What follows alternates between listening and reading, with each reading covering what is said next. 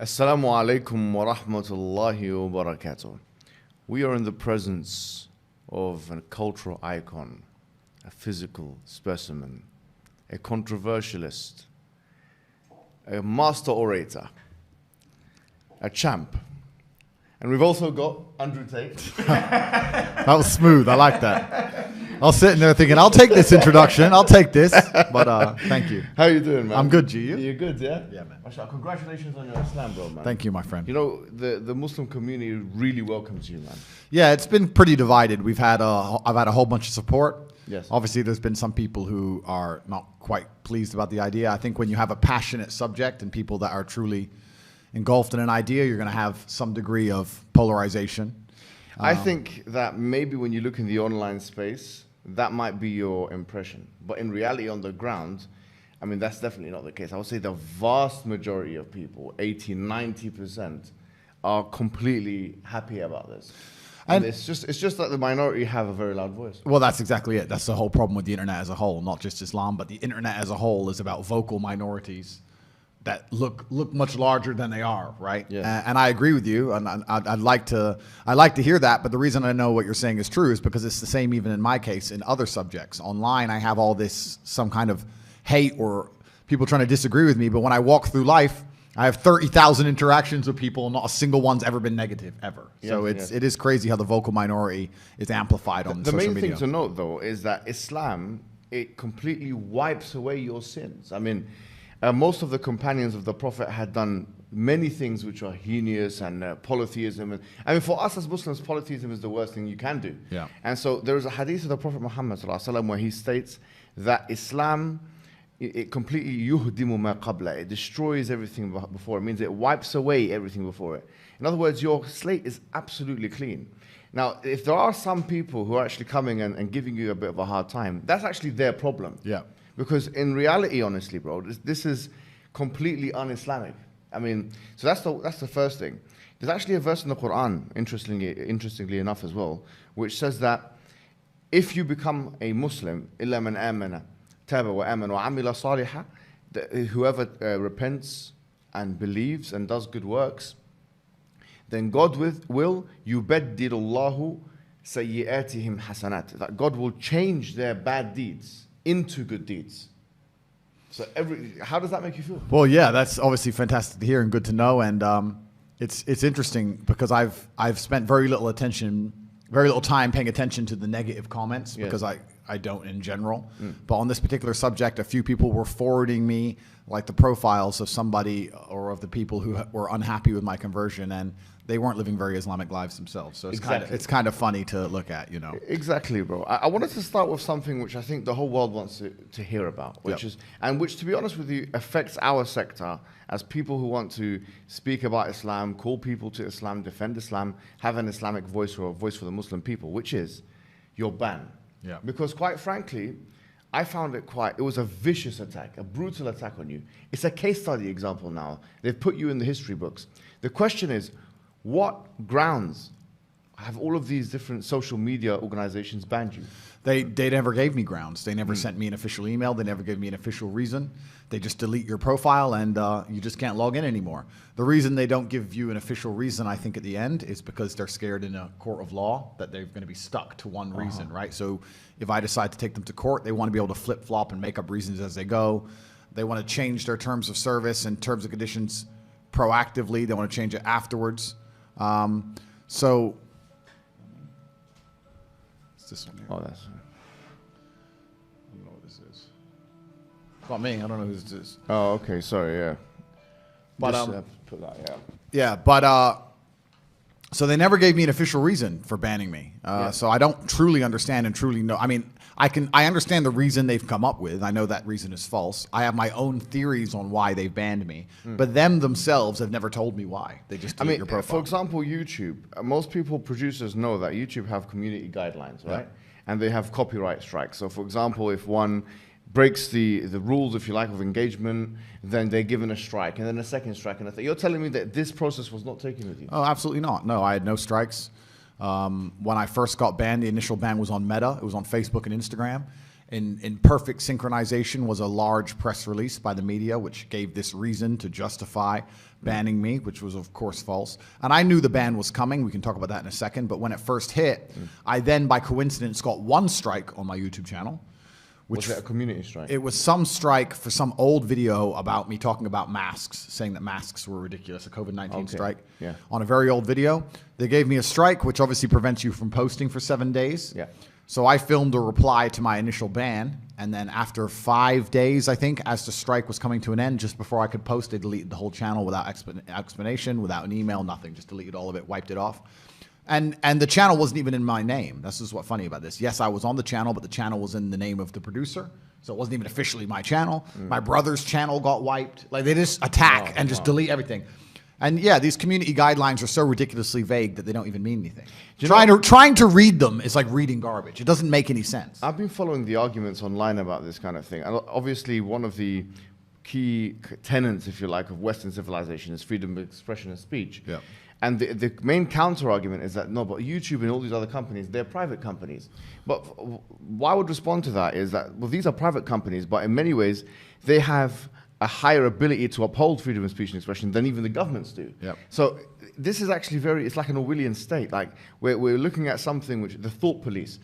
Isn't this concerning that you have these elites, whoever they may be, who can take these arbitrary decisions and delete somebody from YouTube? Like yeah, it's worse than concerning. This is why I talk about the Matrix all the time in my videos, and I try and explain that we are living in a false version of reality. We're living in a computer-generated simulation because the computers, which is the social media companies, are generating a version of reality which simply isn't true. By deleting one entire side of the argument, by purporting facts, which happen to be false, by deleting information which happens to be true, by making sure the algorithms choose what information you see and what you don't see, they're literally affecting the world people live in. And there's people who are walking through the world today with a mindset and a view on life which is the result of false information, the result of a construction by these social media companies. So we're living inside of our matrix. We're living inside of a very false version of reality, and it's scary. And that's, in many ways, it can be more pernicious than a classic totalitarian state, because at least with a totalitarian state, everyone's being honest about their level of domination. With this kind of thing, it's like, it gives you the illusion of freedom, do what you want, but then we'll control the narratives in other ways. Yeah, exactly. And I also think in most totalitarian states, like, I don't think freedom of speech exists anywhere on the planet, but I do think inside of some states, you know what you can talk about and you know what you can't talk about, and it's pretty clear, right? If I were to go to Russia, for example, I would know what I could say and what I couldn't say without getting in trouble, right? But in the Western world, we pretend that's not the case. And I think that often they'll let you discuss many different subjects until you get to a certain point of influence, and that's when they get afraid of you. It's not just what you say, it's how powerful your voice is. I think the biggest problem with me is not the things I was saying, it's the fact that I became so monumentally popular. And if you're monumentally popular and you have a huge proportion of the youth and a large contingent of the population which are interested in your words, and you haven't sold your soul to the agenda, then they see, okay, he's a large counteraction to our methods and what we're trying to do here, so he has to go. So I think also you can be the victim of your own success in the Western world. So let me ask you this final question on this point, which is, you call it the matrix, we can call it the liberal world order. Because the LWO, or whatever you want to call it. I mean, it's certainly a method of control. They've got their own ideologies. You know, liberalism, for example, second wave feminism, still, they're shoving it in our faces. And obviously you've said things which are totally antithetical to that, which in many ways could be argued to be the reason why they banned you, to be honest with you. Well, I'm against this whole idea of liberalism and tolerance as a whole, because one, it's hypocritical because these people are not liberal and tolerant. The people who are talking about liberalism and tolerance, they want us all to look different but think the same. If you think differently, then you're instantly a bad guy, right? They love the idea of someone looking different so they can pretend they're diverse and tolerant, but they want you to say the same things and believe the same things. As soon as you step outside of their pre-approved script, instantly they're no longer tolerant and they're no longer interested in diversity of thought. So the first thing, it's very hypocritical. And secondly, I've learned in life that the easiest way to get people to accept bad things is to do it with a Trojan horse. You find some way to disguise it. Even the Senate does this. Even governments do this. They'll say, the green bill, this is to save the environment. And then somewhere on page 84 will be this little code about giving them all a pay rise. And you don't want to look like the bad guy who says no to saving the environment, and they just sneak it in, right? So it's very difficult. If you vote against saving the environment, you're terrible. And the media talks about how you didn't want to save the environment, and you have to sit there and try and explain on page 84, the MPs are trying to get an extra 45% money, and you're already on a back foot. And this is how they do it. They do everything with Trojan horses, and it doesn't matter what you want to name, even agendas that are pure of heart, simple things. They end up being weaponized and Trojan, like you just said, second wave feminism and liberalism, all this crazy stuff. But the number one most dangerous one is this idea of tolerance. To sit and talk about being tolerant sounds like such a good thing that it's very difficult for someone to sit and say, no, I am an intolerant person. Now you look bad. But when they say tolerance and push tolerance to the point where absolute degeneracy must be accepted, that's the point, then you're a better person to not be tolerant. You can't be tolerant of degeneracy. You can't be tolerant of your own children seeing things they shouldn't see. You can be tolerant of the destruction of society. If they're going to sit here and say that, no, tolerance is the best thing ever, and then Trojan horse it and destroy the way humans interact, then I don't think tolerance is a good thing. Well, I mean, that's the thing. They've hijacked the phrase, and they've used it in their own context. There's one particular political thinker, his name is Mumbai. He said something very interesting. He said that the West has not acted morally consistent. They've only acted strategically consistent. And so it's tolerance when it's within your own borders or within a certain subsect of people, but then it becomes whatever it wants. It becomes a colonizing mission or a civilizing mission when it comes to the Iraq War, for example. Completely. If you look at all of Western foreign policy, I mean, they'll talk about we need democracy, we care about freedom. They come up with all this garbage. But the truth is, they'll support any side they want to support, regardless of whether they're democratic, regardless of what team they're on. They don't like you. Absolutely not nailed it. It's just about strategy at the time, and they have no true morals or true moral fiber. They'll just sit there and go, "What's the strategical best decision?" and they'll get it done. And yeah, that's Western foreign policy, and I think it's the same across basically the entire Western world. But this idea, when I hear people talking about tolerance, it just when I hear it, I know what they're trying to do. They're trying to say this is evil, this is bad, but you're intolerant. Because you don't like evil. And there has to be a point where you stand up as a man and society stands up and says, yes, I'm intolerant of certain things. If someone broke into my house and tried to just start making dinner, I'd be like, whoa, who are you? Like, be tolerant. No, I will not be. Who the is this guy? It depends on what food is cooking. Right? Well, I mean, there has to be a line in the sand. And the reason they keep talking about tolerance, diversity, inclusion, tolerance is not because they care about different people of different races or different beliefs. Certainly not beliefs, because you're not allowed a different belief. That's the number one thing. But it's because they want you to just sit down and swallow the pill and allow yourself to be brainwashed and not stand up for anything. That's all they want. Isn't it ironic that they use tolerance as a way to try and manipulate you? Completely. That's exactly what they try and do. In fact, and it's funny, I'm trying to think of an idea which is purported and accelerated by the mainstream media machine that isn't an attempt on manipulation. Like every single thing that they jump behind and they try so hard to get you to believe in is a manipulation attempt. I'm trying to think of one that isn't. Why else would they waste their screen time? Like, they're sitting there. These people are smart enough to understand that the internet's coming and people are spending more time on independent medias and people are learning more information from each other, and they're slowly, I mean, I don't want to go into the subject. We can talk about the last few years. They still have a grip on the world because they proved it, right? But with the common cold, but still, they're sitting there going, okay, we have this mass media machine. The average person only watches 6 minutes of our propaganda a day. They can't waste those 6 minutes, my friend. Like, they need to go, what's our agendas? Let's get to the point. What do we need people to believe about X, Y, Z? They can't be sitting there telling us the truth. That's a total waste of time. Absolutely. I wanted to ask you now, because this is the hot topic, especially in the Muslim community, about your conversion. So tell us the story, like what happened exactly. Well, I think a lot of people who've been following me for a while understand that I've been very respectful of Islam for a long time. I was born in a Christian country. I was raised as a Christian, and I've always been very respectful of Islam, and it's become more and more obvious to me and more pertinent that Islam is the last religion on the planet. When I talk about Islam, because I'm new to it, I'm a little bit careful, right? Because I'm new to it. I'm certainly not a scholar. There's so much I need to learn. I know I'm on a learning journey. I'm not here to sit here and talk scripture. I don't know those things yet. I'm here to learn. But and we're here at your assistance. Thank you, bro. Thank you. But it's just, for me, it feels like the last religion on earth. I feel like there's no other religion. People say to me, why did you convert? And I said, I don't really feel it as a conversion.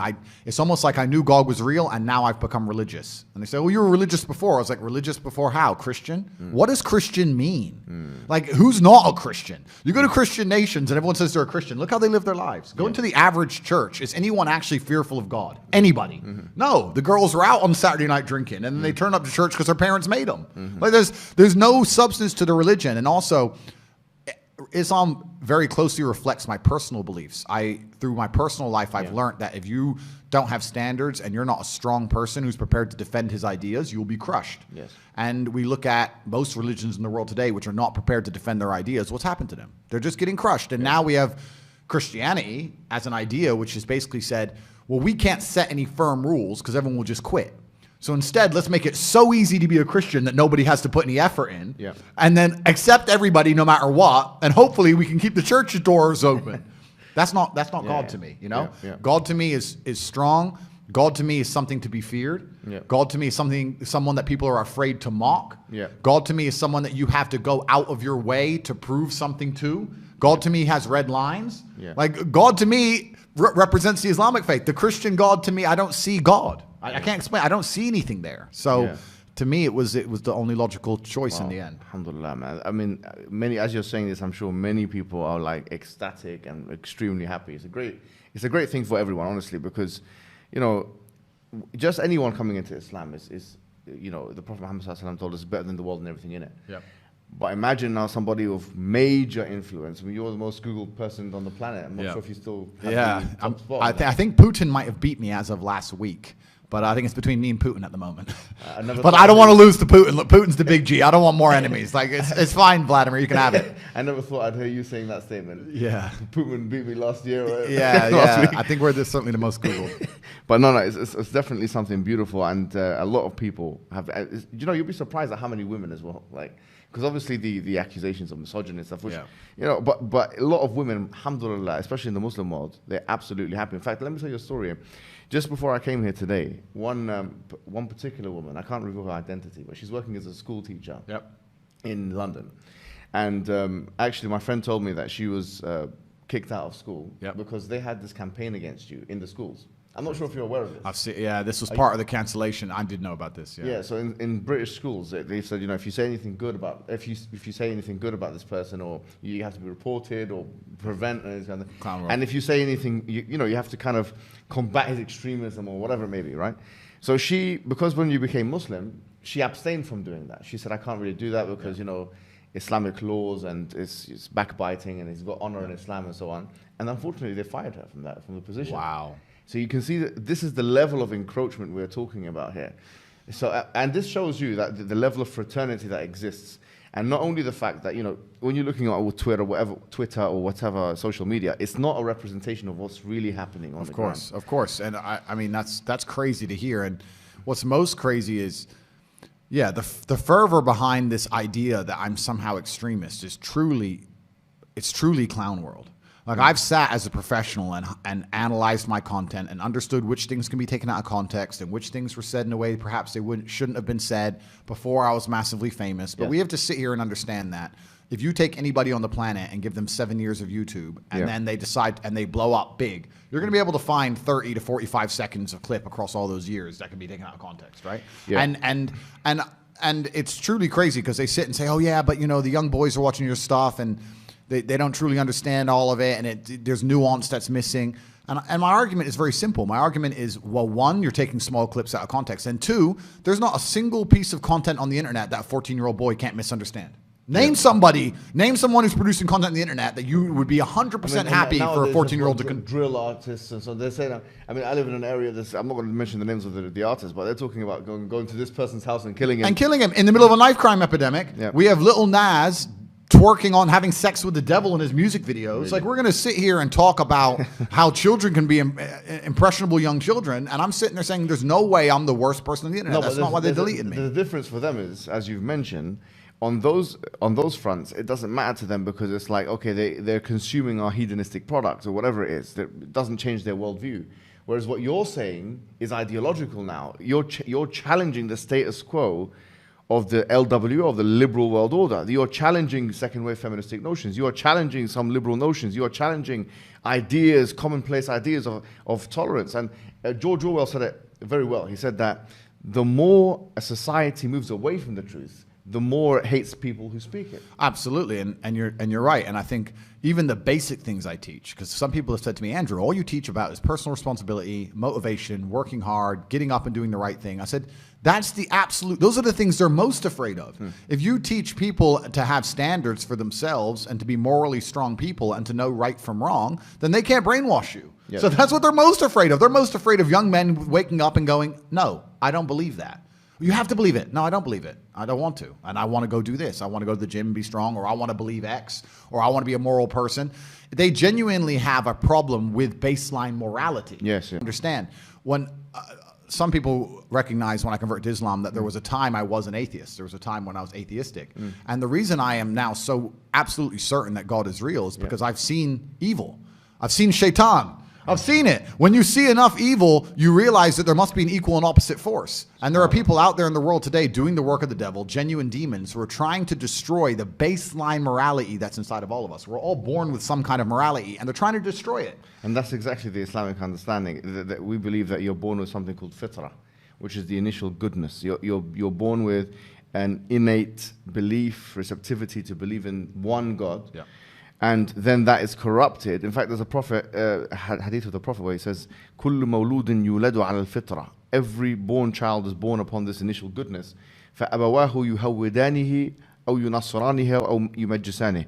And then his father and mother, or his parents, they socialize him into, Christianity, Judaism, Magiism. So the idea is that everyone is born with this initial goodness and this initial will or want to believe in God, one God.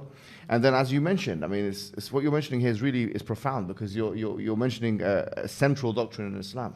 But it's and this is why perhaps I found God the way I did, because I understood all these things first, and then I saw the Quran, and it confirmed so many things for me. Like even the conversations I've been having so far, so many things have been confirmed, and it's amazing the knowledge that's inside of it, which is so applicable today. For an old book, right? It's supposed to be old, but it seems so timeless. But it's truly amazing. But you're totally right. And the baseline morality, I don't think most people understand that when they're doing this under the guise of tolerance, when they're saying be so tolerant that you no longer believe in right from wrong, they're not doing that to make society a better place. They're doing that to empty your brain so that you have no resistance to the slave mind programming. They want to get you to a point where if they tell you the sky is green, you look at with your own eyes and you see blue, but no, the sky is green. That's what they want, so that you have to have nothing in your brain that can prevent that. If you have God, if you have, no, I believe this is right and wrong, if you have personal responsibility, if you have self-accountability, if you're a person who sticks up for what he believes, all that's bad to them. They want all of that gone so they can tell you the sky is green. And I don't want to say too much because I don't want the stream to end, but they're going to tell you something much worse than the sky is green. They're going to tell you something else. And they're trying to program us all into slaves, and it's scary. I remember when I was in my undergraduate days, and I was reading a particular book by this guy called Jeremy Bentham, who became the spiritual forefather of J.S. Mill, who is the father of social liberalism of today. And I remember reading this because it was so powerful, because it linked to something I read in the Quran. He said that, you have two gods. He said you have the God of pain and you have the God of pleasure. And I thought, this is so interesting. The Quran states, أَفَرَأَيْتَ مَنِ اتَّخَذَ إِلَهُ هَوَاهُ. Have you seen the one who takes his own desires as a God?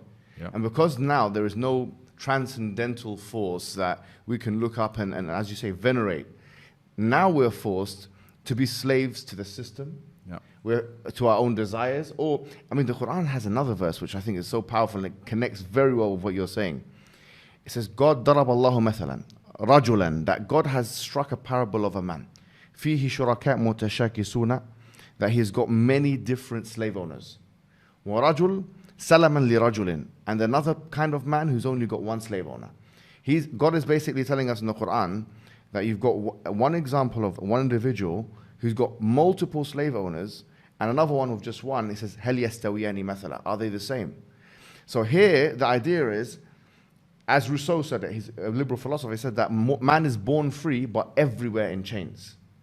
this is the order. Because if you don't have that God to worship, then you're going to end up having to worship to everything else. And the whole part of the Shahada which you took, which is Ashhadu an la ilaha illallah wa ashhadu anna Muhammad Rasulullah, the true meaning of that, La ilaha illallah, is that there is no God worthy of worship except for one God. Yep. Which means that your desires or the system or these people that want to control us, the problem is they're not worthy of worship. The only one worthy of our subordination and submission is the creator of the heavens and the earth. There's no one else. I agree, and I completely agree, and I've agreed with this for the longest time. You know, I've never been to like a music concert, and people ask me why, and I said, I just look at it and I feel embarrassed. I look at someone up on a stage dancing around, and I look at hundreds of thousands of peasants in the crowd, just yeah. I'm like, it's I feel cringe. It's like secondhand embarrassment when I see these festivals and everyone's losing their mind, or these music concerts. I genuinely feel embarrassed for the people who go, because to me that is a form of worship. Like, you can listen to the music at home for free. You don't have to wait in that line and stand out in the cold. Like, I don't know. Perhaps it was a bit extreme, but I've always known that they're trying to give us false idols to some degree. And when I speak to atheists, they go, oh, I don't believe in God. But they've signed up so hard to the liberal woke agenda. They're as religious as anybody, but they're just believing in the wrong things. They're believing in degeneracy, and they're believing in the work of the devil. So humans always need something to believe in. And it's a great thing you said about your own desires. It's like, one guy I was talking to since my conversion says, it's interesting that somebody with everything, all the Western world, everything somebody could want, has now converted. And I said, yeah, because even before my conversion, I understood that hedonism is a black hole, and you can never fill it. You're never going to be able to have enough girls to be happy with girls. You're never going to be able to have enough money to be happy with money. You're never going to be able to, drink enough to be happy with drinking. Like, it's a black hole, and you can pour endless things down it, but you'll never fill it up. And you need to have some degree of self-restraint. And I've always been a very disciplined person. I've never made mistakes. But certainly, the higher power is going to give you more satisfaction in your heart than endless insanity. Absolutely, because I did see a clip of you making the same points. You were saying that, I've done all of these things. Because the accusation is, well, you are the poster child of hedonism, right? Say this guy, you're talking about. Sorry to interrupt you. But what's annoying about that is I'm absolutely not. That's what's so annoying about that, because I know so many people of my net worth. I will sit here and say, on the podcast before everybody and before God, voila. Never slept with a prostitute or paid for sex in my life. I don't gamble. I've never taken a drug in my life, never tried steroids, never tried weed, never tried cocaine ever in my life, ever. Never. Yeah. Like, I drank a bit of alcohol, smoked some shisha, smoked some cigars, and spent most of my life as an athlete, working hard, 12, 14-hour days making money. But I look after my family. So for me to be, they go, you're the poster boy of hedonism. I say, I know so many people who do so much worse than me. I really don't do that much. I'm not gambling. Andrew, from our perspective, if you've done all of that, your slate is clean, which is amazing. But it's just incredible to me that, especially at my level of net worth, right? I grew up in Luton, poor on a council estate, and now I'm pretty financially successful. And once you get past this line and you meet these other people who are as rich as I am, they get a boat, they put 100 girls on it who are paid for, a big pile of cocaine. I don't do any of them things. Like, I'd stand by and say I'm one of the for a man with a bunch of money from a council estate, I'm as pretty behaved as you can possibly hope for. So no, I feel that in you. Obviously, you are in your previous life, you were the world champion in kickboxing. That requires a certain level of restriction, discipline, and these kinds of things. I do think that this is kind of like a misconception. I mean, people think that it's part of your marketing. It's probably self-induced marketing. It's part of your marketing engineering strategy that you've engineered yourself as, this is my life. But in reality, though, is it fair for me to say that if something doesn't have proper meaning and purpose for you, you won't really enjoy it? Yeah, I think a lot of people, in fact, the number one thing I hear from people who meet me in person is, I've had so many people meet me and they're like, you surprised me. I'm like, why? They're like, you're just working, you just sit on your phone, or you just work on your laptop, and like, they thought I'd be this crazy guy running around being crazy, and they realize I'm extremely restrained. I'm very careful about everything I do. From the food. What's your routine like? Okay, so it's a good question. So I wake up, whatever time that happens to be. What time do you wake up? I have a problem sleeping. Okay. I'm not good at sleeping. I really struggle with it. So I can maybe get 5 to 6 hours a night, maybe. And the reason I can't sleep is because if my brain is even semi-conscious, I'm thinking of a work or some problem I have to fix, and then I end up on my phone, and then I can't sleep. That's how it works. So I can give perfect examples. Like there's even before this podcast, I knew I had to be up. I had to go doctors at 8, and then I had to come to this podcast. So I said last night, let me try and go to bed a little bit early. I tried to go to bed at 11, and then I woke up to go toilet at 2:25 a.m. And then I was thinking about some construction in my house in Romania and some invoices that I hadn't seen yet. And then by the time I messaged my assistant, now I'm awake. Yeah. So now I've been awake since 2. I can't turn my brain off. I struggle with it, right? Yeah. So I'm not good at sleeping, but let's say I wake up around 9-ish, but I go to bed usually around 3, 4. Yeah. First thing I do is drink 2 liters of water. Then I train. Every day I train for about... What do you do? I train for about 30 to 45 minutes a day. I don't train... What is it? What kind of training is it? It depends where I am because I travel so much. Right. So if I'm in hotels, you kind of got to do what you can do, right? Okay. So mainly it's weights now. I don't box as often because it's inconvenient. Like if I was training for a fight, it's different. Yeah. And I was sparring a couple of days ago. I still got the move. No one can hit me, so I'm still got it. Yeah. But so usually about 45 minutes, I tear through a bunch of weights. I just go as crazy as I can, get that out of the way. Yeah. Bunch of coffee. I'm a coffee addict, I guess. I don't know if that's still allowed. I hope so. Yeah, but okay, good.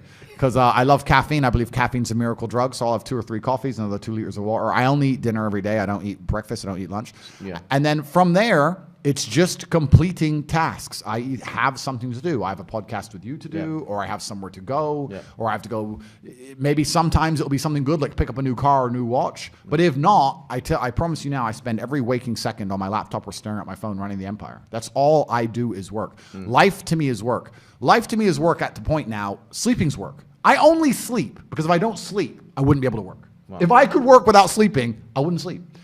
People look at my life and they, especially you're right with the marketing, they see the cars, they see the boats, they see girls, etc., and they're like, oh wow, he's living this crazy life. And then they get around me and realize that, yeah, we're on a boat, yeah, there's hot girls, yeah, it's a yacht, but I'm on my laptop and I'm working. That's it. That's all I want to do is run the empire because it gives me a sense of purpose. So it sounds boring to say, but all I do is work, my friend. That's it. Wow. That's it. When I finish this, we'll talk, we'll have a bit of food, etc. I'll get in the car, I'll go back, and I will work until my next appointment. That's it. I just work. That's all I do. So it's kind of funny because people say to me like, "What's the secret to getting rich?" And I'm like, "It's easy if you don't do anything else but work." I don't have any. My only I'm trying to think of what even hobby I have. I love to drive. What is the secret of getting rich? That's a good question. That's a good question. We live in an attention economy, so I think stage 1 is certainly attention. Stage 2 is once you have that attention, establishing credibility. And then stage 3, once you've established the credibility, is finding a way to genuinely improve people's lives. The reason I do so fantastically well is because everybody who's ever followed me or tried any of the things I talk about, their life gets better. So it's very easy to say, oh, I've tried Tate's program and my life's better, or I tried this, I followed Tate and I feel happier. So then, of course, they're going to understand the brand, and that's the way to do it. But truly, it's hard work. You need to be able to work endless hours. It's extremely competitive. You need to be able to work as harder than the other guys, and that's the only way I did it. I ground to the top the old-fashioned way, and that's still what I do. I just work. So with this, basically, I'll say that, in terms of your routine, Islamically, the main thing to focus next on will be the prayers, 5 prayers a day, right? And so that's obviously 1 in the morning, and then you'll have like prayer times and stuff like that, where you have to do the ablution and learn to. I saw you kind of praying. That was I'm learning it, and I've been told the times, and I've got all this, and I'm going through all that, and I have to incorporate that as well. It gives you a solid structure. I feel like it gives you anchorage in the day. It's the spine of my personal day. I feel like it just creates that structure in the day. And it's a spiritual thing. I mean, even the prayer itself, when one prays and they say Allahu Akbar, which is Allah is the greatest, some people think it's some kind of war chant. They do it in war as well, I mean, to be fair. But they say Allahu Akbar, meaning Allah is greater than everything else, this whole world and everything in it. And then when they start engaging in prayer, then what you're doing is you're trying to, in a sense, get out of the zone of being in this world, connect with God, ask God for guidance. And we do that very consistently because we feel like, the belief is that guidance is in God's hands, and so doing that, spiritually cleansing, for me, it's the most important thing that one can do in the whole day. So that, in terms of your structure, that would be the thing that you'd put in next. But I wanted to ask you about something else now, which I think is something you're known for as well, in terms of speaking about these things, is your gender positions, okay? So this is, a lot of people have controversy with you, accuse you of misogyny and all these kinds of things. I mean, let's say now, maybe as after you've become Muslim or even before, what are your views on gender? Like, how would you summarize your views on gender? I would summarize my views on gender by being very simple and stating the fact that I think that the genders are different. I think we have different strengths and weaknesses. I think men are better at some things than women. I think women are better at some things than men. I think when we work together as a team, that makes us the most powerful force on the planet. I think the biggest problems with the world today is that everybody is trying to pretend that they're interchangeably as good as each other at the same things, and that's destroying the teamwork. It's very simple. If I was an accountant and I met a tailor, I'd say, okay, you make the clothes, I'll do the accounting. And then as a team, we have a very profitable business, right? If we were to turn up and we were to decide, you know what, I'll do half the accounting and you do half the accounting, and you do half the tailors and I do half the tailors, where our tax bill will be a mess, the jackets won't fit, like it'll all fall apart. I don't know why it's so confusing for people to sit there and understand and go, yeah, women have certain strengths and weaknesses, men have certain strengths and weaknesses, and when we both understand them, both accept them, and work as a team, then we're a complete package, and this is why God created us to be different. If we were exactly the same, we wouldn't need each other. This is what makes us need each other. That's a powerful statement.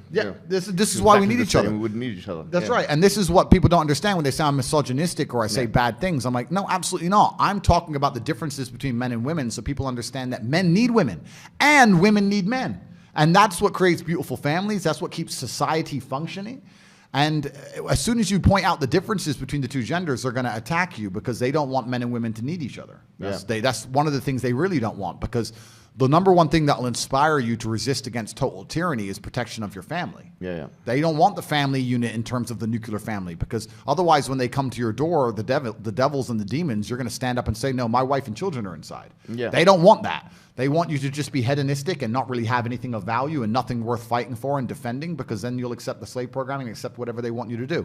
But yeah, my views on gender are very, very simple. I think that we're slightly different, but together we're ultimately powerful. And pointing that out has somehow labeled me negative by this vocal minority of psychopaths. And it truly, and I say psychopaths because they truly are. They're psychopaths, these people. They're truly destructive. And when I look at the people who have the most hate for me, who say I'm the most detrimental to women, if I look at their lives, none of them are happily married.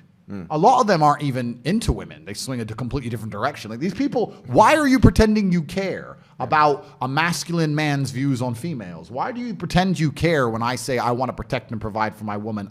If she doesn't want to work, she doesn't have to work. I'll take care of her in that way, and she'll take care of me in another way. Why are you pretending that offends you when your relationship with women in your own personal life doesn't even exist? And if it does, it's awful. I'll tell you what's going to happen now. As we're agreeing and talking now, some people, especially some feminist people that are influenced by feminism within the Muslim community, say, look, this is exactly what we feared. He's not holding him to account. He's not speaking to him about the wild statements. The truth is, I'll say this: I don't actually feel like I need to judge you, because, quite frankly, Allah has already wiped away your sins. Any statement that you made before about women, or anything that you've done with women before, once again, it's not my business to judge you upon that. So that should be the Islamic position. However, let's say for the wider community, right? Because at the end of the day, we do want you to kind of not reintegrate, especially not in the matrix. Now, alhamdulillah, you're out of the matrix, let's say, fully out of it. Islam is totally out of the matrix. That's why they hate it so much. Some of the comments that you've made, I haven't got a list of them. What are some of the comments that they accuse you of making, and what is the context of these comments? So the two that they accuse me of most is where I said a woman is a man's property, which is the first one. And the second one that they try and get me with is where I said a woman should bear some responsibility for being sexually assaulted. Both of them are massively taken out of context. I'd like to explain them. When I said about a woman being a man's property, I was talking about the idea of biblical marriage at the time, Christian marriage. I was saying that the man walks, the father walks the bride down the aisle, gives her to the groom, she takes his last name, and he is now responsible for protecting and providing for her till death do them part. She joins his family, right? She belongs to him. Oh no! So you're saying she's property? I'm saying she belongs to him. All right. So it's a semantic issue. It's a semantic issue, correct? So you're not necessarily saying that he can buy and sell her. Absolutely not. I'm saying that he is responsible for her, and he must protect and provide for her. That's this one. But I never even said the word property. They said the word property at me. Really? Right. So I said that she belongs to him. Because the exchange I saw was between you and Piers Morgan. And he was just being obnoxious. I don't even know how. You can see the man was insecure. That's how I psychoanalyze him. I'm not, a psychiatrist, but I think he's just insecure. He felt like he had something to prove. He was, he's of a certain age, a certain weight, a certain disposition, and there's people, when they see you and him together, that's enough of a victory for you and enough of a loss for him, just to see you two, side by side. But as his face was becoming red like Peppa Pig, and he was getting more and more angry and interjecting every second, he was mentioning these points. This is the only thing that, from my perspective, I felt, okay, maybe he has a point here. Sure. But as you've explained it, if you mean by property X, Y, and Z, we don't actually mean property then potentially we say, look, this is not the best wording. Yeah. It's not the best wording. Absolutely. And what you didn't mean by that is, she's some kind of commodity and object. Correct. Absolutely not. In fact, quite the opposite. I was trying to say how important she is and how she must be protected and provided for. Okay. And it was taken completely out of context and weaponized against me. And it's very similar with the other comment of how women should bear some personal responsibility for being sexually assaulted. I'm not saying in 100% of cases that sexual assault couldn't have been prevented. I'm not saying sexual assault should happen. In fact, I'd argue that I'm more strict on the idea of rape than the laws. I think these people should be executed. I think it's disgusting, completely and utterly disgusting. However, I think it is asinine for us as a society to sit here and pretend that if a woman goes out, takes drugs with a man she doesn't know, goes to his house without telling her brother or her father or telling anybody, and puts herself in a position of absolute vulnerability, that she has zero responsibility. So I'm not, it shouldn't happen to her. Of course. It's disgusting. Yeah, of course. But also, I shouldn't get robbed if I walk down the street with $1 million in the middle of the night. So but it can. So I must think ahead. What you're effectively saying is that, if there are certain situations where the probability of sexual assault for women increase. In fact, for example, the WHO itself, I was looking at, they had this whole, probably the most compendious thing on rape and sexual assault, and they were talking about different countries, and the one thing that they said, which the West has more than other places, is stranger rape. And actually, one of the reasons why could very well be because of this culture of intoxications, of clubbing and these kinds of things. So it increases the probability, I think. It's a very reasonable argument to say, well, this increases the possibility of stranger rape.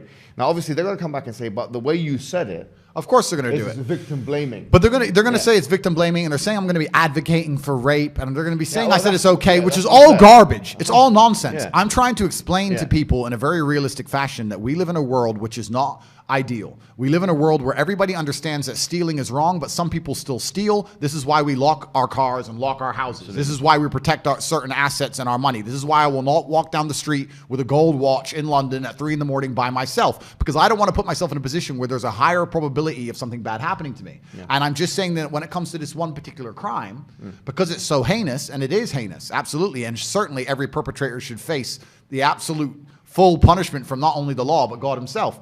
But they sit and pretend that there's zero personal responsibility involved. And I'm just saying that there are some scenarios, not all, but in some scenarios, the woman has made it so easy for something bad to happen to her. And I'm saying we should teach them not to do that so that we can protect them. And the reason this whole subject came up is because I was talking about if I'm a man and I'm responsible for my woman and I want to protect her, and somehow we got on the subject of rape, and this was on a podcast 3 or 4 years ago. I said, the number one way I can protect my woman besides being beside her is teaching her to make smart decisions when I'm not around and making sure she's smart and doesn't put herself in bad positions. And this feminist was saying, yeah, but people shouldn't rape. I was like, I agree.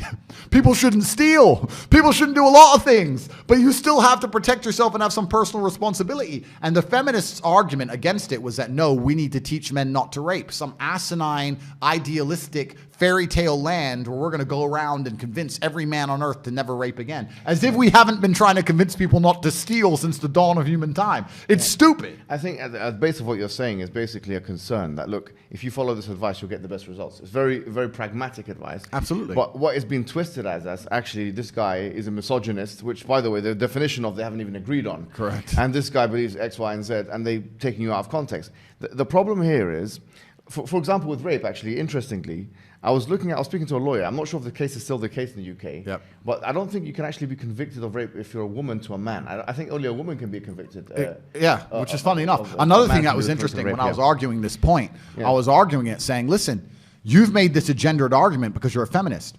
29% of rape cases in the UK are male on male. And I'll say the same thing to a man. Don't go, do drugs, become intoxicated, go back home with someone you don't know, and put yourself in a position to be raped, stabbed, killed, murdered, whatever it is, right? And the feminists who were arguing against me goes, oh, but you don't understand male privilege. You get to walk around safe at night without worry. I was like, listen, my dear, you have no idea what it is to be a man. You have no idea. You think we walk around London in the middle of the night willy-nilly with no concerns? They will kill us for the piece of metal on our wrist. Like, you think we're just walking around thinking doop-de-doo? No. Absolutely not. Yeah. I'd actually argue that in certain scenarios, in certain places in the Western world, it's more dangerous to walk alone as a man than a woman.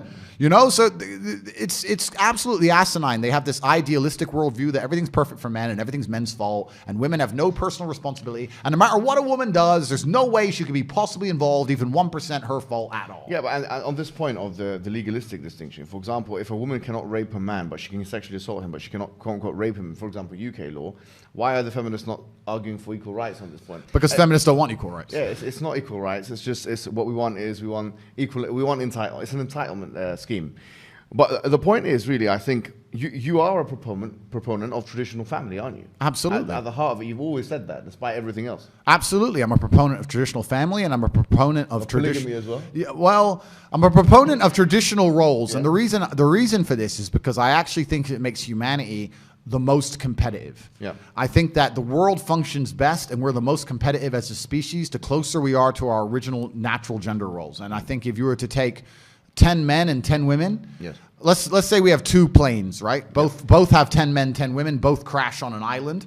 And if you had 10 men and 10 women who fell into their gender roles, and the women started, foraging, and the men started hunting and building, and the women, made blankets, and the men found animals to kill, and we fell into our gender roles. And then you have the other island where all 10 of them, it's all mixed up and everyone just does whatever they decide. And, I don't have to do that because I'm a man, you do it, etc. I feel like the island where people fall to their gender roles are more likely to succeed. I think if you go I think if you go to societies where life is much more difficult than it is for us because we live blessed lives, they are very, very ingrained to their gender roles because they understand the only way they can survive as a tribe or a species is for the men to do X and the women to do X. We both do what we're good at, and this makes us the most competitive. And I feel like if you want to have a stable society and a competitive society, and when I say competitive, I mean competitive in all realms, including safety, including having as many children as possible, not even competitive in a combative sense. I'm just talking about having enough kids to beat the reproduction rate, which we're failing to do in the West, and everyone being able to walk around without getting hurt. I think the way to do that is to be inside of our gender roles. I think that's the way it is. And I grew up in a place where the world was very different. I'm not even that old. I was 35, but I grew up in a completely different world. Like if a random man, a stranger, a neighbor, yelled at me as a kid, my dad would be like, yeah, yell at him. Like we were scared of our elders. Like my dad went to work, my mom cooked and cleaned, and looked after us kids. Like I grew up in that world. And people now are just trying to completely throw it out the window, and they seem surprised that society's falling apart in front of our very eyes. Yeah, absolutely. There's a verse in the Quran that actually says something quite similar to what you're saying. It says, وَلَا تَتَمَنَّوْا مَا فَضَّلَ اللَّهُ بِهِ بَعْضُكُمْ عَلَى بَعْضٍ. Do not wish what the other one has. لِلرِّجَالِ نَصِيبٌ مِمَّا اكْتَسَبُوا وَلِلنِّسَاءِ نَصِيبٌ مِمَّا اكْتَسَبْنَ. For a man is a portion from what he has earned, and for a woman is a portion from what she has earned.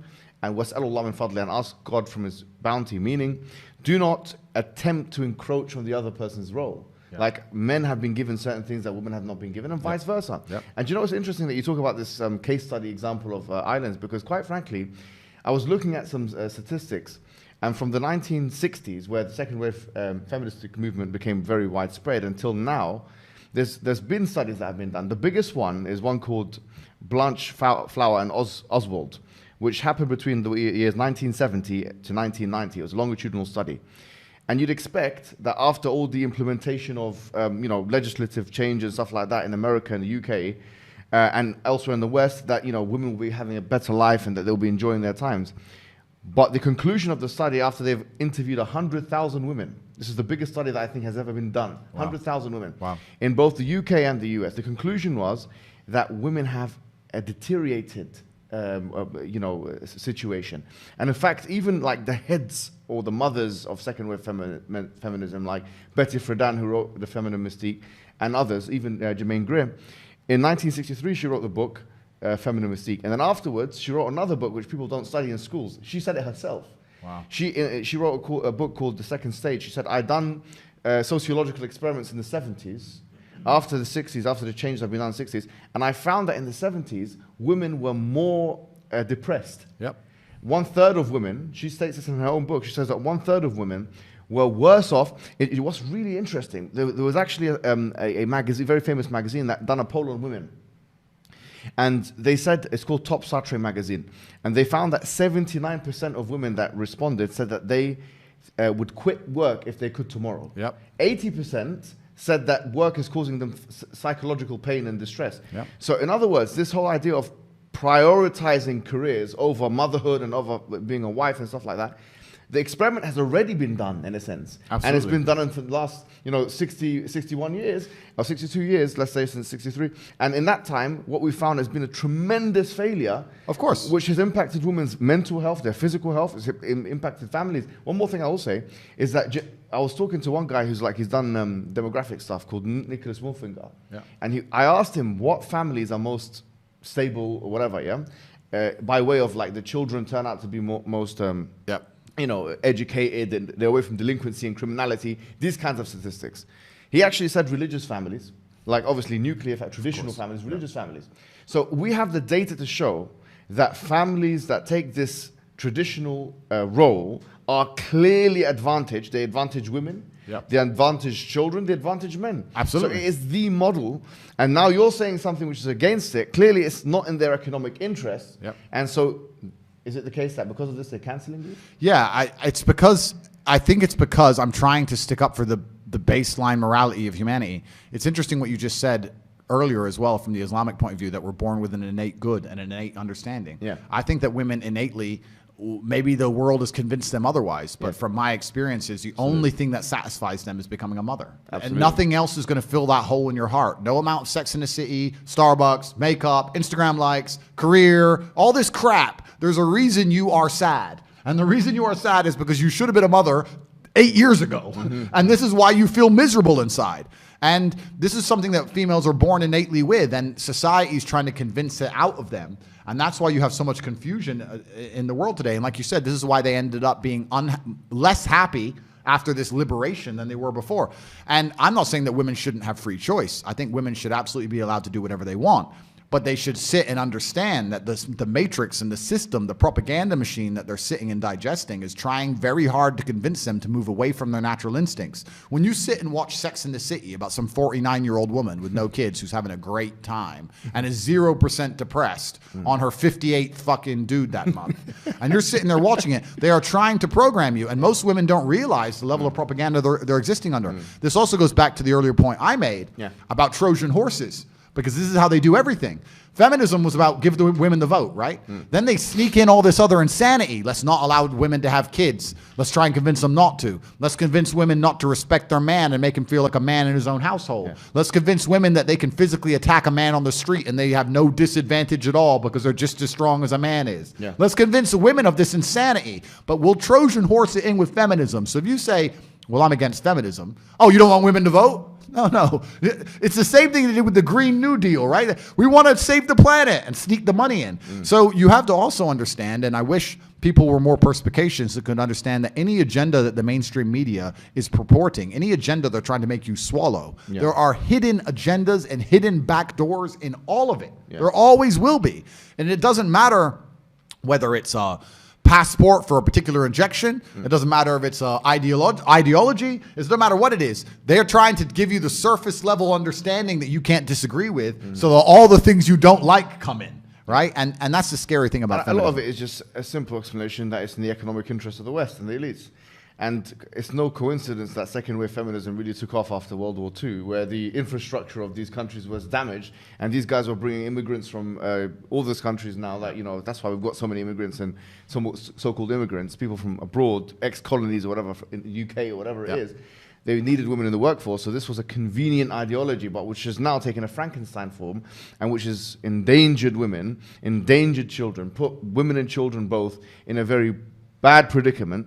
You're saying something opposite to this. They're saying if this guy gets too popular, we're going to lose money. Oh, completely. And it's not even just lose money. I think it's more sinister than that. I think it's they're going to lose influence, and influence is the number one thing they care about.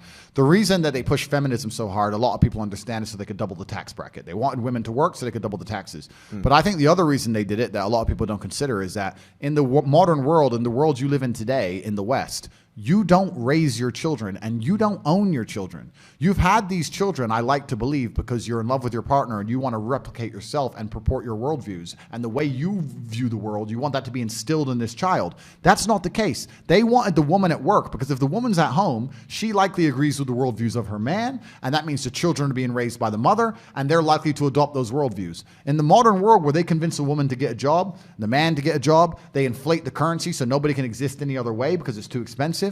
The parents are out working all day. The school and the internet and the matrix raise your children. Your children go to school all day and be told things that you may not want them to learn. Then they sit on the internet and read things and watch things you may not want them to watch. You talk to them for 10 minutes at the end of the day and they go to bed. You're fighting with your 10 minutes against endless hours of the most entertaining programming, or the most forceful programming. In school, it's forceful. On the internet, it's entertaining. Convincing them of ideas that you perhaps don't agree with. I've seen it myself on YouTube. I've seen a guy in America driving his car and his kids were in the back seat and he was arguing with them about an issue. And they was like, where did you hear that? School? He's like, why did the school tell you that? That's not true. And his own children are arguing with him because they learned it in school.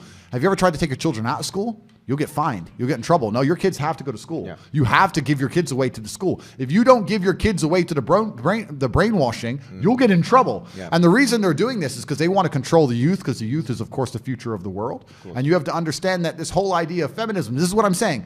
You're saying women shouldn't vote. I'm not saying that. I'm saying that we shouldn't allow children to be brainwashed. We shouldn't separate them from their parents to the point where they're going to absorb ideals. And I've seen the Muslim community, the only ones standing at the gates of schools saying, you're not going to teach this to our kids. The only ones who will stand up against it. Because in the white Christian traditionalist of England, the British, they just sit there and let their children ship them off for programming. Just ship them off for it's insanity. You don't raise your own kids anymore. Absolutely. And you know what's so ironic about this is that if you read the 30 articles of the Human Rights Convention, I think it's number 27 or something like this, which says that a human being has a right to educate their children, or what their children is educated about. So on the one hand, they're saying, look, you can educate your child, you can choose what education they have. But on the other hand, no, it's the state, the Orwellian state, the thought police that must do that. So they've got a contradiction there. But what's even more pernicious, I think, as you said, is that this is a religion. I mean, at the end of the day, I think anthropologists, maybe 100 years from now, are going to look back in Western civilization and say an individual with these traits is identifying in this way. This is a mythology of some sorts, a fiction of some sorts. And this is a religion of the Western world. They sacrifice the conventional idea of one God creating the universe for this preposterous idea, or this mythological idea that you can identify as X and you're actually scientifically Y. And they're now trying to put this religion on our children. Now, you said it good in a video, because I actually saw a video that a small clip, like, a lot of your clips have become viral, like on Shorts and TikTok. And one of them was where you were saying that you can do what you want. I mean, in the West, just to be clear, I don't think either of us or any of us have said, no, we want to stop you from doing what you want. We're saying you can do what you want, and we're not stopping you from doing what you want. We're not trying to encroach on your rights. You live in the West, you have your rights. But what we're saying is that the red line is the children. Absolutely. They need to understand, anybody with any idea, and we don't have to talk about particularly sexuality because people get offended for it. Let's talk about something benign that makes it a lot harder for them to cut me up and misconstrue me like they always do.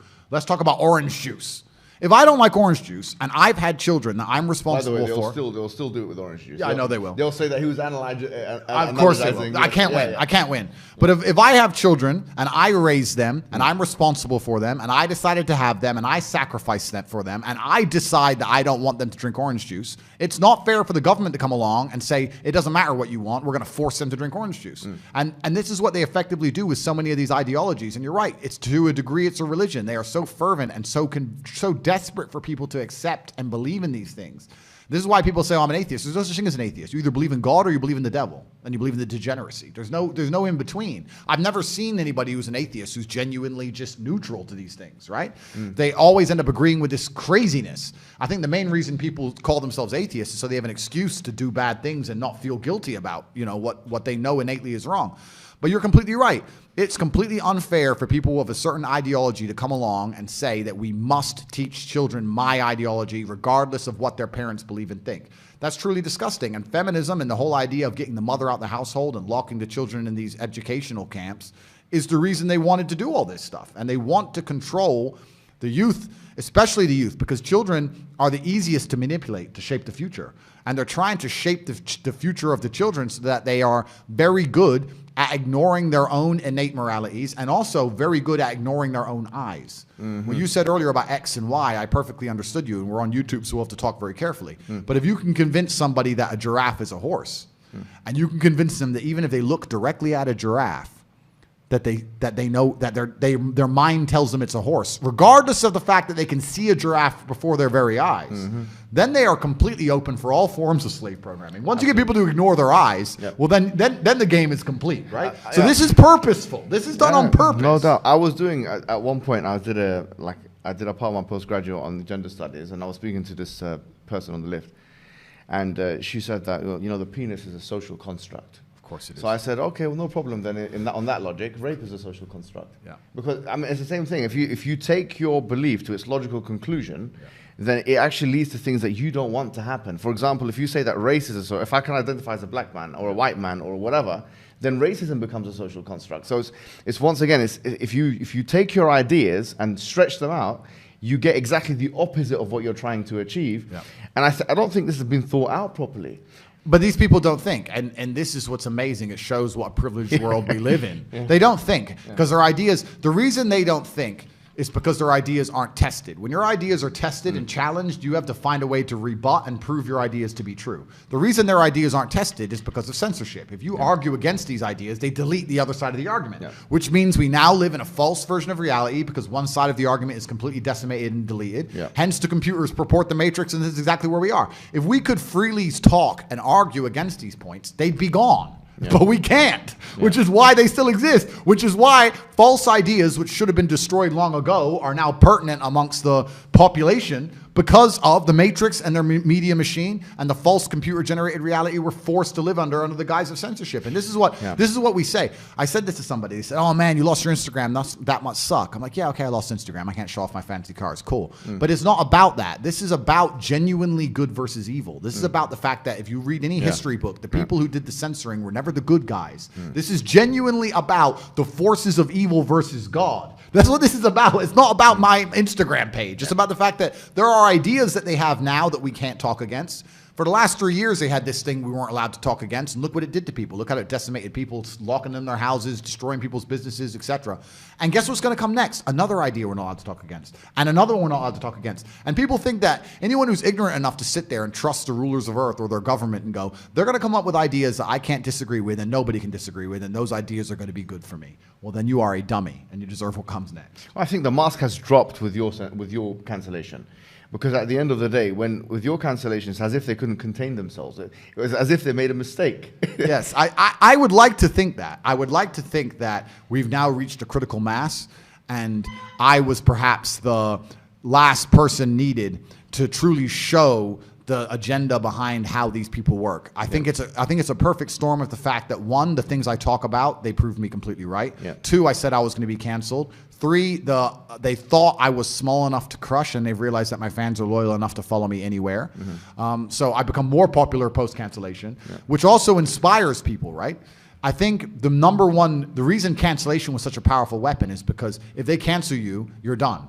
But once I prove that's not the case, then people are going to go, you know what, this is such an important issue, I'm going to tell the truth anyway, because if they cancel me, I won't be done. I think with you it's a bit different because, I mean, you didn't have a company or a program that if you cancel, then you lose all your customers. You are the product yourself. I mean, they can't change your face or try and get rid of you. Well, they can try and maybe they will. And that's the only thing I will say about being canceled. In terms of being canceled, I'm more popular than I've ever been. I've now moved over to Rumble, which is a YouTube competitor. Rumble.com/Tate Speech. You can speak with absolute freedom. It's just as good as YouTube. I encourage everybody, anyone with a YouTube account, you can go to Rumble.com. You can back up your entire account with a few clicks of a button. It will download all your videos, upload them all automatically. Get that done because YouTube will vanish you like this.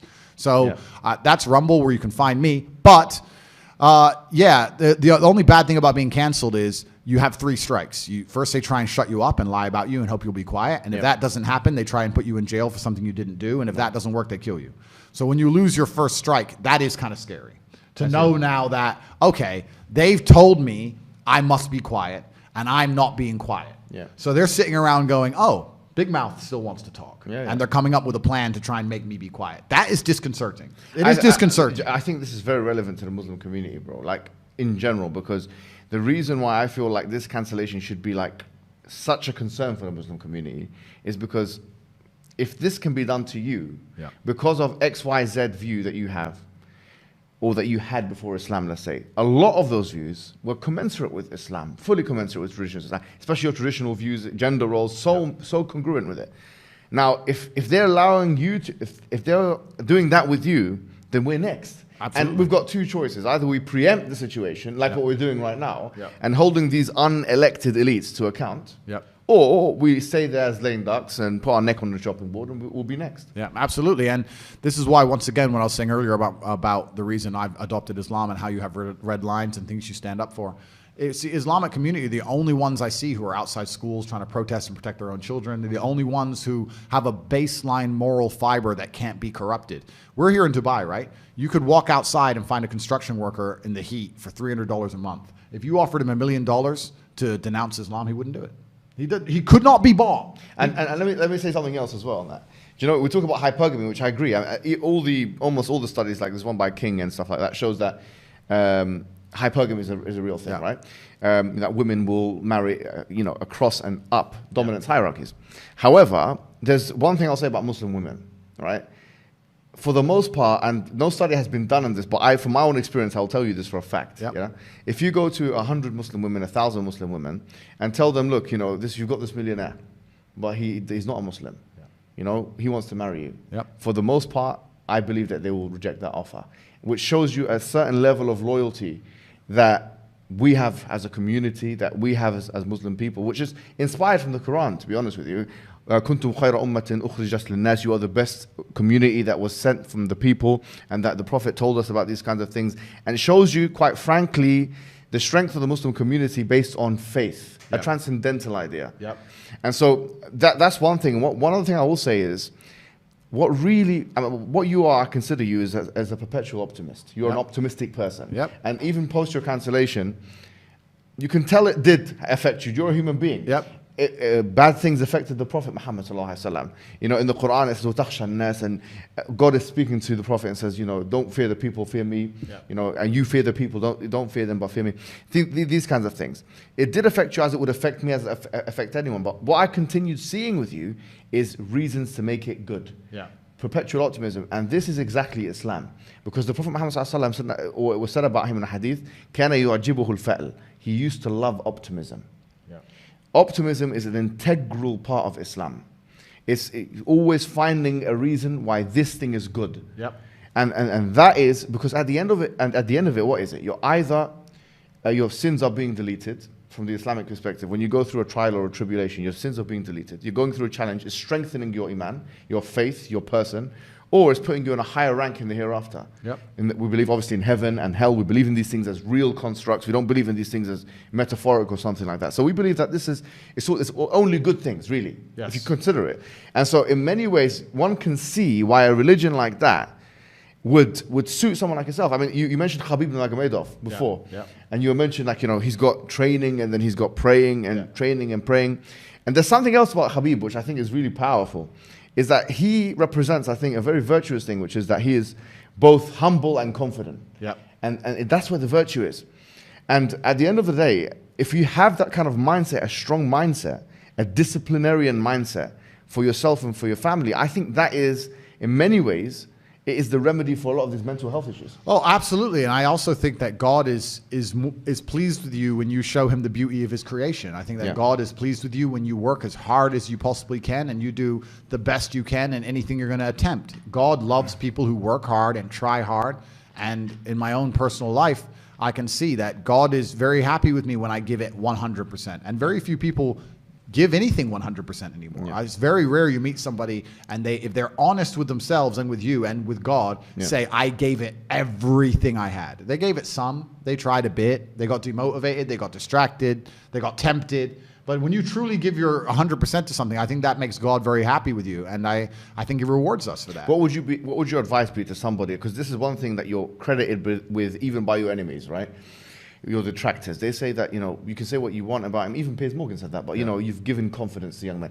There's a lot of young men now, young women, that require that discipline. What kind of advice would you give them, practical advice? Yeah, I think that you have to live.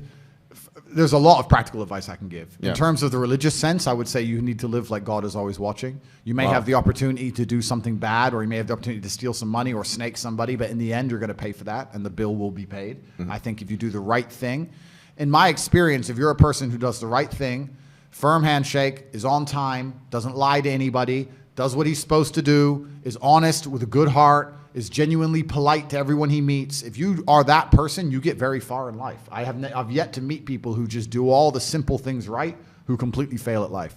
But I've met a lot of people who snake or steal some money and they get really rich, then they lose it all, or they get rich and end up a gambling addict or depressed, or etc. So you have to just understand that God is always watching. He's going to reward you in the end. That's the first thing. And the second thing I will say is that you are the sum of the 5 people you spend the most time with, and you need to curate your reality. I think the biggest problem with young people today is that they don't curate their realities heavily enough. The people that they want to spend most time with aren't adding any value to their lives, and then they end up wondering why they don't get anywhere. It's so interesting. As you speak, it's as if you're narrating hadith, because it's when you said God is watching. It sounds nicer in Arabic. When you say it in Arabic, it sounds. I need to learn that part. No, honestly, there is a hadith that says that the highest form of faith is أن تعبد الله كأنك تراه فإن لم تكن تراه فإنه يراك. That you should worship God as if He sees you, because if you don't see Him, He sees you. Yeah. And on the friends issue, there's a hadith on that as well. Like that المرء على دين خليله, that the person is on the religion of his friends. Yep. So a lot of, like, as you say, this is I need to learn it all. And this is, I'll say this now, the thing that was most daunting for me about converting was the amount I'd have to learn. Yeah. That's what's scary. No, take it easy. That's what's scary about it, But I mean, I'm a fast learner. I'm not a stupid guy, but it's just like, okay, I have a lot to do. The Prophet Muhammad told us in the hadith, inna ad-dina yusr, that the religion is easy. Yeah. وَلَا يَشَدَّ الدِّينَ أَحَدٌ إِلَّا غَلَبَهُ. No one tries to overburden themselves with the religion except that it defeats them. In other words, take it incrementally. Yeah. And Aisha, one of the wives of the Prophet, she said that if the first things that had been revealed to the people was this is permissible and this is impermissible, people wouldn't have done it. Yes. So, the first things that came down in terms of revelation were the verses of heaven and hell and these kinds of things. So I would say take it easy. It's a journey. It's like kickboxing, Yep. You probably came in when you were a young guy, learning the roundhouse. Of course. It took you some time to kind of develop competence in that field. And it's like anything else. So it's an easy process, but it's a gradual process. What I wanted to speak to you a little bit about is conceptions of masculinity. Okay. Yeah. So I think you've been criticized with that as well, like the toxic masculinity. Supposedly, yeah. Which is such a vague term. It's almost like the community guidelines. What do you think they mean by that? Well, it's almost like the community guidelines of these social media companies, right? They give this stupid definition of a term, which basically can be applied to anybody and anything willy-nilly, deciding whether they like you or not. It's very vague. It's not solid. What they're trying to say is that you're overly masculine, and that some of the traits which are innate inside of you as a man are somehow now bad for society or for other people, which is absolutely insane to even try and conceptualize, because it's asinine and it's childish, because like anyone with a brain understands that there are certain scenarios in life where particular qualities are completely applicable and permissible, and there's certain scenarios when they're not. To sit and say it's toxically masculine for men to be violent is stupid, because there are scenarios in life where you need a man to be violent. If someone breaks into your house, or if you go to war, or if you call a police officer. So it's not a matter of, a certain subset of masculine qualities being labeled negative, because these qualities exist because we've needed them for a very long time, and I argue we still need them today. Only when it interferes with their interest. Right? And only when it interferes with their interest. It's kind of funny. I was arguing with a feminist, like I've done a bunch. And she was talking about toxic masculinity, and she was talking about the idea that men are innately violent and how that's bad. And I said, you think that's bad because you're living in an extremely privileged society and a very privileged life. But I'll tell you that that's not bad, because you, even in and of yourself, may not know this, but you like the idea of men being violent. Because let's say I lost my mind right now, or let's say an intruder broke in and threatened you physically. Yeah, exactly. You would call a man to be violent for you. You'd call the police and say, please be violent to protect me. You believe in violence very much. Yeah. So for you to sit there and say, oh, that violence is toxically masculine, but you call a toxically masculine man when the trouble comes, shows that the whole idea in and of itself is hypocritical and it's garbage and it's stupid. And what they're trying to do is brainwash people into thinking that if you stand up for yourself, or if you are true to the innate way we were built, the things that are inside of us when we're born, that there's something wrong with you. They want you confused. They want you to sit and go, I'm a man, and what's happening around me I think is unfair, and it makes me feel unhappy about it, and I want to stand up and talk and fight against it. They want to convince you that that's wrong and you're a bad person for wanting to defend your ideas. And I don't think that's the case. That's simply the absolute opposite, in fact. Absolutely. And the thing is, a lot of people will think that, this idea of a man is just simply that our idea of a man, or the Islamic, say, for example, idea of a man is just this violent creature. The truth is, like you said, violence is just an integral part, or the ability, the capacity to do it in situations where there's a need for it, is just one part of the puzzle. Like, for example, the Prophet Muhammad, one really interesting thing, we know he had 9 wives at one time, which is very difficult to make. You can probably... bro, 9's a lot. 9 at one Nine's time. A lot. And they're consistent relationships. It's not like divorce and marriage. It's like you're actually living with these. So 9 at one time. And then that's one thing. And then he had 6 children, all of which died in his lifetime. Wow. Only one of them survived afterwards. So he had to live with the grief of that. His wife died at his time as well. He had to live with the grief of that. He loved his first wife, Khadija, who was older than him. She died. And so he had to live with that grief. He had to live with the grief of his uncles. And so he dealt with that. We've got narrations of him crying when his son died. But what did he do? He didn't just, cry and that's it, give up. He cried, and then he went to war the next day. He cried, then he done a sermon the next day. He felt the grief, but then he had 19 wars that he participated in. Wow. And it wasn't just, these are not wars that he told other people to do where he sat in some air-conditioned place. He went and actually involved himself in these wars. He was fighting, he nearly died in one of those wars, so he was engaging in war. He was the leader of a polity. He had 9 wives at one time, all managing all that. He prayed half of the night. So imagine, like you said, you sleep 4 or 5 hours. The Prophet Muhammad may have prayed for that long, like actually praying for that long. And that's an incredibly difficult thing to do. His children died. He was directing the people. I mean, if you really think about it from a KPI perspective, key performance indicators, for 1,400 years, people have been following the teachings of this man. From the most grandiose of things to the most minuscule of things. I mean, this is influence. And even Pantheon, I think, is one of the organizations that have ranked it. They've put him as number 1 because how could you not? How could you deny? His influence stretches cross-culturally, it stretches historically, and then also we got the Quran. They've got the hadiths. We've got thousands of hadiths. We've got the Quran. This is the role model for the Muslims. Do you see what I mean? And it's a lot of men nowadays, I'll be honest, within the Muslim community and outside the Muslim community, we don't have those kinds of role models. The religious clergy are nothing like warriors, and the warriors are nothing like intellectuals or anything like that. And I cannot remember who done this, who said this quote, but it was such a powerful one. It was an English. It was either Aristotle or Socrates, I think, if it's the quote you're about to say.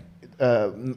Let me say the quote first. He said something to the effect of, if you separate the fighting man from the thinking man, you have fools that fight, and you have cowards that think. Yeah, completely. And I think it was there's a similar quote by either Socrates or Aristotle. Yeah, he said something very similar. He said, if your warriors and your thinking men are separate, then you nailed it. Oh, it's right. exactly the same. I think it's one of those two. But no, and you're completely right. It's completely true. And that is what the world is lacking now as a whole. And it's kind of insane when you look at how the world works. You have these thinkers sitting around in some government building sending warriors to die. And the warriors don't understand why. And the thinkers are too scared to go do it themselves. And it's kind of strange how whole society's even, limping along as it is. But I agree with you. I think that's the essence of a complete man. And when you were telling me about the adversaries, the adversities that were faced and how he stood up and he fought against them and moved forward anyway, I think this is what God wants from us, from all of us. It doesn't matter what the adversary is. It doesn't matter how much you're hurt by it.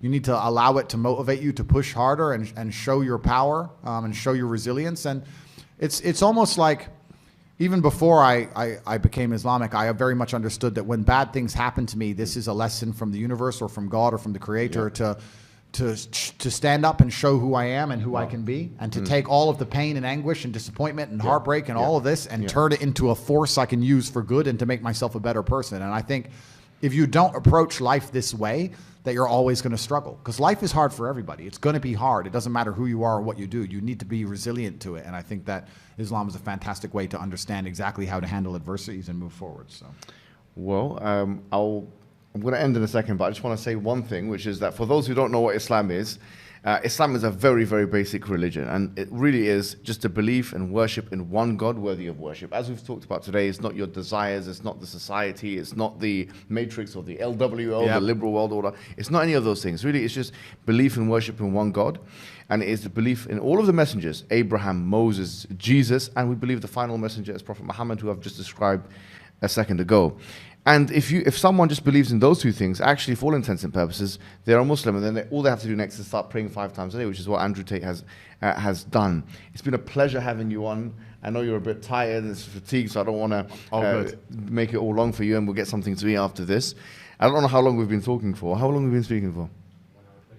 I think that's a good time. Yeah, and we can do another one as well, especially as my journey continues and as I learn more and as I get more knowledgeable. I would love in a year or so or 6-7 months, etc., we'd meet up again and do something. Absolutely. And if you need anything from us, obviously, we're always being in communication with you if you need resources, research, anything like that. Perfect. And you're part of the community. And one thing I want to say to the Muslim people is we must show loyalty and unity with Andrew Tate, in the sense that he is now one of our brothers, and it is absolutely unforgivable to say things that some of these feminist Muslims have been saying. And in fact, if anything, they need to be the ones who are refuted. Andrew Tate now is a brother of ours. His sins have been completely wiped away. And that really is that. Thank you so much, Andrew, for coming. Thank you very much, man. And it's been educational and very interesting. Thank you, my friend. Too, man. Thank you, brother. Take care, man.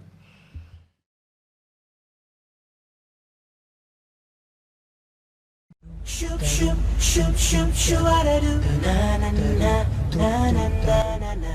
Shoot, shoot. إذا أعجبك الفيديو لا تنسى الإعجاب والتعليق، ولكي يصلك كل جديد اشترك الآن.